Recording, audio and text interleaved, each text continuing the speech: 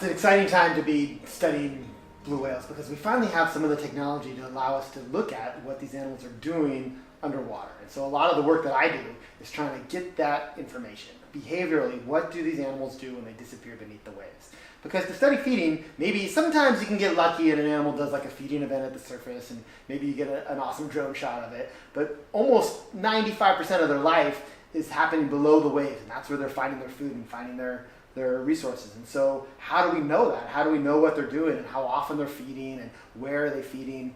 Well, we need to find a way to log that animal, to study that animal underwater when we can't observe it.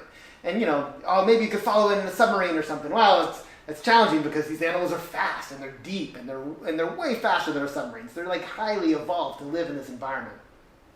So how can we watch these animals if we can't actually keep up with them? Well, what we do is we need to trick them into having essentially a cell phone in their pocket to log what these animals are doing in real time.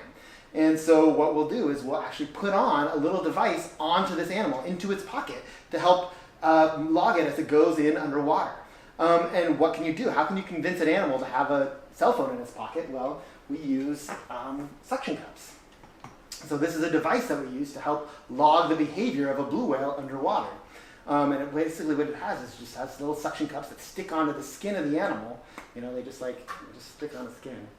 And then they stay on for like 24 hours or so, 6 to 24 hours, depending on how long they can stay suctioned. And during that time, it's logging the behavior of that animal. And it's using the same sensors that would exist in a smartphone. It has a sensor that senses gravity, called an accelerometer. It has a sensor that senses the Earth's magnetic field, called a magnetometer. It's essentially a compass. And between those two sensors, we can calculate what the animal's orientation was at any given time. We can calculate how fast it's moving, and our devices have little cameras on it so we can see what the animal's doing. It can see when is it feeding, what are the different parts of the animal doing, what is its mouth doing, its skull and jaw, what are its flippers doing, and we can use that to infer when an animal is feeding and what is it feeding on, and that's how we can study foraging. And so the signature of a blue whale feeding is so distinct. It's this rapid speed increase followed by a rapid deceleration as it opens its mouth and engulfs this huge amount of water and it slows way down.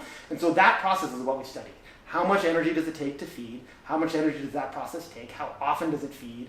What is the prey that it's feeding on? How dense is that prey? How is it engulfing all this food?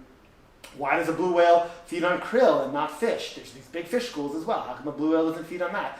How would an anchovy school escape from a blue whale? So all those kind of questions are things that we're looking at, and we use these tags and these biologging devices to help us answer those questions.